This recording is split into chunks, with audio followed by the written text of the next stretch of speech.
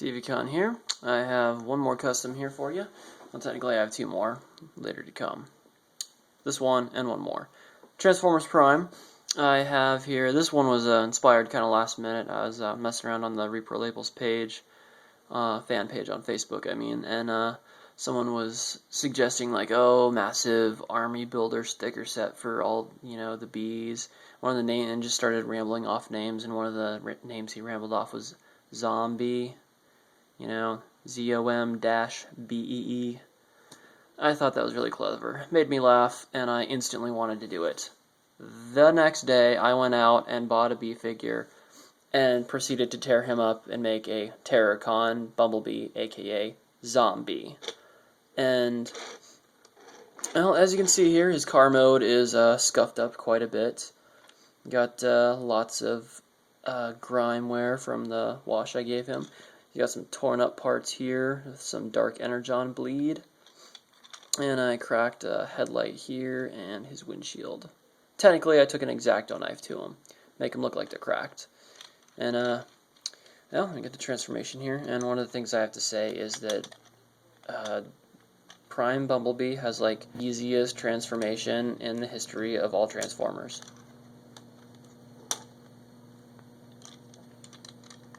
At least, deluxe size Transformers. Arms down, doors out, his legs down, and they really just kind of, bam, there's his legs. They just pretty much fold up. And then I actually thought it was pretty clever how they did this, and kind of cool. As you just grab his shoulders, and bam, he's transformed. Head flips up, panels tilt in. Just as far as Bumblebee transformations go, I thought it was pretty clever. Don't get me wrong, I still love my Battle Blades Revenge of the Fallen Bumblebee. That's the one in my personal collection, but rambling. Camera.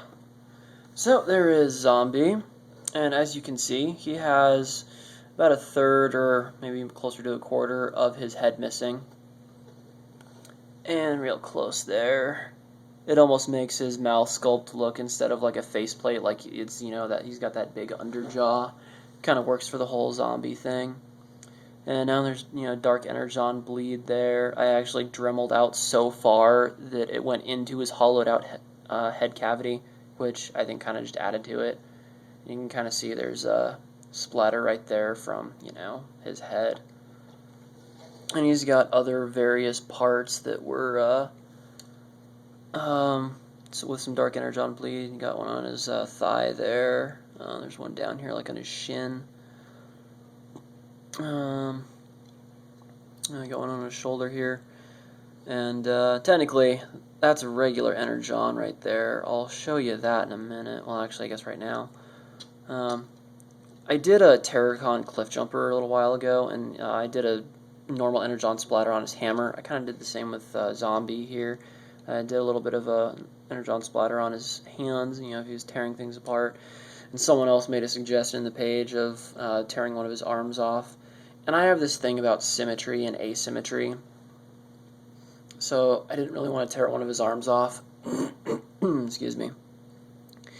But I ended up doing it anyway, and actually found out, and actually turned it into a weapon. So his right arm here comes off, and all I really did was just, pull it off, because there's no peg or anything in there. And after I pulled it off the first time, it's actually just been pretty loose from then. So I haven't really had to do any work to it, just pulling it off. It stays on kind of loose, but you can still get it in place there. But anyway, mod work to his right arm. I took the Dremel to it all kinds to make it look really beat up and just chewed up all kinds, and did the energon splatter there. And then you can see I had like the tubing and the wires for being torn off. And it's great because they don't interfere with his arm in transformation or bending the elbow. You pretty much saw that. And coolest thing, shaved down that little part there and just a little bit up here. So now he can hold his right arm in his left arm. I have to show you this way. You just stick his thumb pretty much right in there with his wrist and then twist it up. And there you go. He's holding his arm as a bludgeoning weapon now.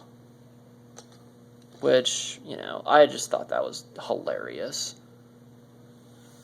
The once great warrior Bumblebee has now been killed by Megatron and revived by his dark energon, and has now been reduced to beating his enemies to death with his own dismembered limb.